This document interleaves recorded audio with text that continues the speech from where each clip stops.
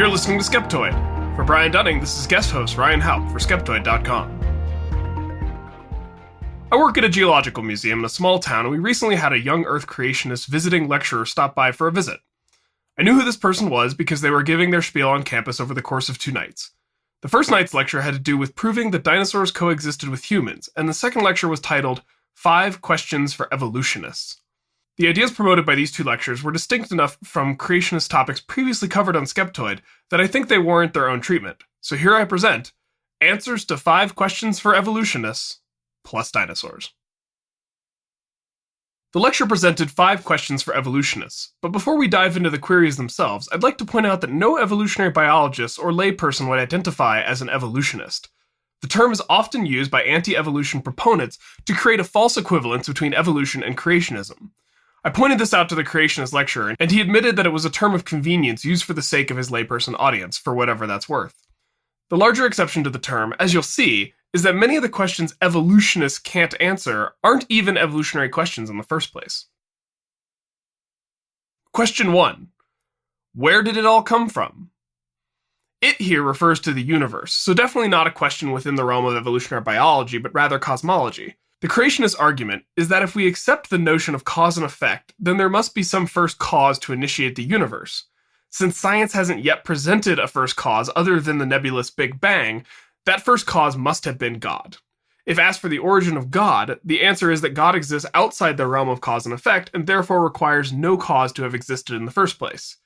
This is a classic God of the gaps, followed up with a moving of the goalposts. If science doesn't currently have an answer, then it must be God. When asked why God doesn't play by the same rules, it's because it doesn't have to. I would say the best scientific refutation for this question is, yes, this is an active area of research currently being worked on and thought about. We have some really intriguing ideas and possible explanations for the origin of the universe, but probably nothing definitive enough to satisfy someone skeptical of science in general. From my own understanding of the current thinking, it's possible that time had a beginning, and before that point, cause and effect didn't actually apply. It's a heady concept, and oddly in line with the notion provided by creationists. It will be fascinating to see what science continues to say about the topic as it continues to move forward. Question 2. How could a Big Bang create a fine-tuned universe? Again, this is clearly not a question for evolutionary biologists, more for theoretical physics. However, there is a deeper logical flaw inherent in the question itself, one of tautology. Since life only exists in a universe where the basic fundamental physics of said universe could support it, to ask how that universe supports the resultant life is circular reasoning. There is no reason to believe that our universe is especially fine-tuned for life other than the fact that we know life exists on one planet within the billions of planets out there. Further, this question relies on the assumption that our current universe is the first and only universe to exist, whereas it may be that we are merely the most recent in a long sequence of universes, or that many other universes exist alongside our own, and it could be that the universe we call home is an anomaly amongst the metacosmos where life happens to be possible by probabilistic circumstance, or that the other strange forms of life exist based on physical laws that we don't even begin to understand. This may seem to be pushing ideas beyond the realm of science, but these are topics currently being talked about in scientific circles, and will be tested if and when our ability to test them develops. The point being, the question isn't really fair. It may not be relevant anyways, because however absurd an idea seems on the surface, science will strive to find a way to test it. We may not know the answer to this question yet, but that little word, yet, is all science needs to eventually arrive at a solution. Question number 3. How could life come from rocks? This is sort of a straw man, though if I were being generous, it could be a gross oversimplification of actual ideas about the origin of life. A common misconception here is that the origin of life is a question of evolutionary biology, but it actually isn't. The origin of life exists at the border between chemistry and biology, because life exists as the point at which evolution emerges as an epiphenomenon of certain chemical systems. The key is the emergent property of a system.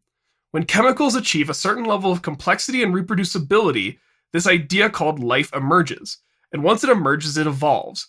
Thus, the ideas of evolutionary biology apply to it. But those ideas only apply once life has already arisen, so the origin of that life itself is not actually an evolutionary biological question. Economics can be thought of in a similar way. The individual interaction of shopkeep and customer do not define an economic system, but taken in concert with an entire system of those and other interactions, an economy emerges as a larger phenomenon built upon those related but distinct interactions.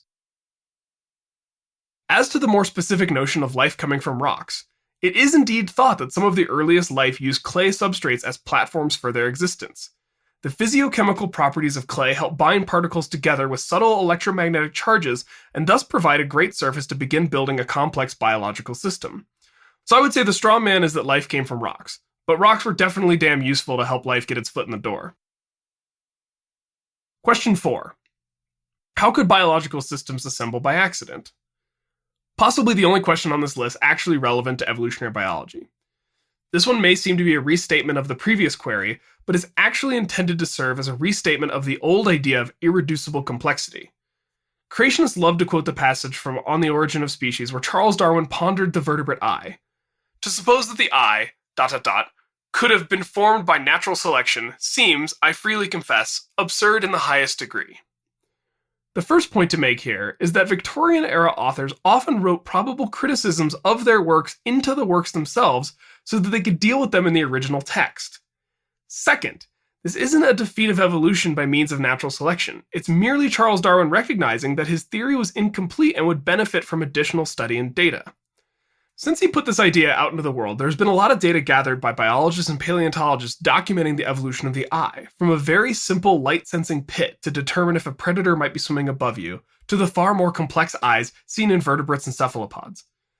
The incremental increases in complexity are clear, and at each stage there is a reasonable idea of for what functionality a simpler light-sensing organ could have served. This is, of course, one example of the failings of the idea of irreducible complexity, and there are many other sources to find refutations of the other examples purported by creationists. This question was also used to introduce misconceptions about information theory, stating that genetic mutations could not add new information to a system. Information theory is a favorite ballywick amongst creationism proponents, but it mostly demonstrates a fundamental misunderstanding of both what information is and how mutations in evolution work. For example, there are a series of genes called Hox genes that are like packages of genes that code for a specific component of the body. In insects, a Hox gene might code for a pair of legs. If due to a mutation or copying error, this Hox gene gets repeated twice instead of once in the offspring, the insect now has a Hox gene to code for the legs it needs, and a Hox gene free to mutate and generate new information without risking the organism's actual development. Given a long enough timeline, the copied Hox gene might end up coding for something useful, like antennae. This may sound like an absurd level of coincidence, but it isn't when considering the number of individuals and timescales involved. Granted, this does mean accepting the idea of a very old Earth. This idea has even been demonstrated experimentally by manipulating the genome of fruit flies and getting the antennae to develop as legs instead, indicating their shared heritage. Question 5. Why do we have a soul? Again, this is truly not a question for evolutionary biologists, but rather one for philosophers. I don't know that most philosophers would even agree that such a thing as the soul exists, but let's be charitable and presume that the term soul here means something roughly equivalent to mind or consciousness. That ineffable something that supposedly places us a tier above all other animals in life. Here I would again turn to the concept of emergence. It would seem that when enough neurons are linked together and given enough time to develop in a social environment, this thing called consciousness emerges. Depending on your definition, there are a number of non-human animals that seem to display similar levels of consciousness or self-awareness, so this may not be a feature totally unique to humanity. This trait is typically tested by something called the mirror test, which was developed in the 1970s as a way to assess self-awareness by placing a mark on the animal's face, then showing that animal their reflection in the mirror. If the animal reacts by examining where the dot was seen in their own body, that suggests that they recognize the image in the mirror as a reflection of themselves and not as a separate individual. So far, Asian elephants, bottlenose dolphins, chimpanzees, bonobos, orangutans, Eurasian magpies, and humans as young as 18 months old have passed the mirror test. And this list will only expand as the number of species tested is increased and the test itself is refined. Does this answer the question of why we have a soul? No, but again, this isn't really a question for scientists, but science is examining the origins of consciousness, and philosophy continues to explore notions like the soul and free will, but neither field is likely doing so in a way that would satisfy a diehard creationist. Finally, the idea that dinosaurs exist in the modern world. The claim being made by some young Earth creationists and parts of the cryptozoological community is that dinosaurs survive or survived into recent historical times, contradicting the scientific notion of their extinction in the deep past about 65 million years ago.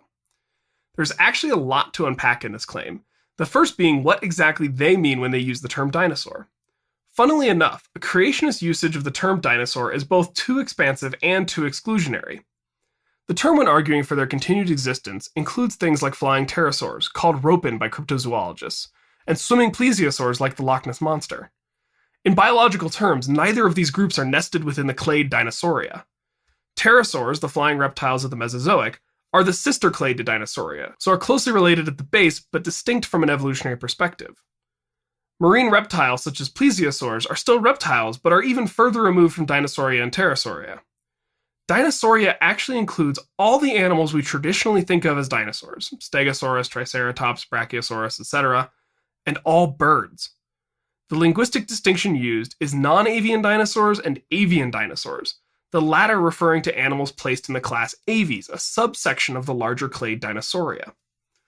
To a certain extent, these distinctions are arbitrary, based on where lines are drawn by paleontologists and taxonomists, but the distinctions are based on recognized differences or similarities in the traits represented by each group, so they are meaningful in their ability to delineate between legitimately separate evolutionary trajectories in certain groups. So ironically, the creationist claim that dinosaurs survived into modern times is correct, but their survival is based on evolutionary theory, not a lack of extinction, at least of the birds. As to the idea that ancient reptiles said to have gone extinct at the end of the Cretaceous survived into human times, no reliable evidence exists to support that claim, and if it did, would be of immense interest to both creationists and the scientific community alike. I would like to point out that the creationist and I had a very pleasant conversation in the museum. He was polite and engaged and asked if I would be attending his lectures. I said I was hoping to, but would not go if he would prefer someone so antithetical to his agenda not be in the audience. He insisted he'd be happy to have me there, and I did go and asked pointed and critical questions of his ideas at both lectures, but I did my best to be respectful and not monopolize the Q&A time. I say this to show that it is possible to be polite in these sorts of interactions on both sides of the aisle. I certainly wasn't convinced by him, and he no doubt wasn't convinced by me, but it fostered some level of discussion and hopefully helped some in the audience think more critically about what they'd just been presented. Ultimately, I don't know if any minds were changed one way or the other, and I'm not even sure that's the point. I don't have a strong opinion on whether or not creationism and evolution should engage in debates. I just saw an opportunity to better understand how the other side thinks, and offer a public rebuttal that still showed the ability of the enemy to be polite in our criticisms, hopefully humanizing us in the minds of the other side who may wish to demonize us in the absence of evidence to the contrary. The nature of these sorts of events often provide far more bad evidence in need of debunking that can be addressed during a much shorter question session afterwards. So my aim here was to expand upon his erroneous ideas so that those in the path of the continued lecture circuit might be able to attend with a bit more preparation and information, continuing to ask difficult and pointed questions so that the audience at least gets a taste of a cogent other side to everything just presented. Try to be polite, and always stay skeptical.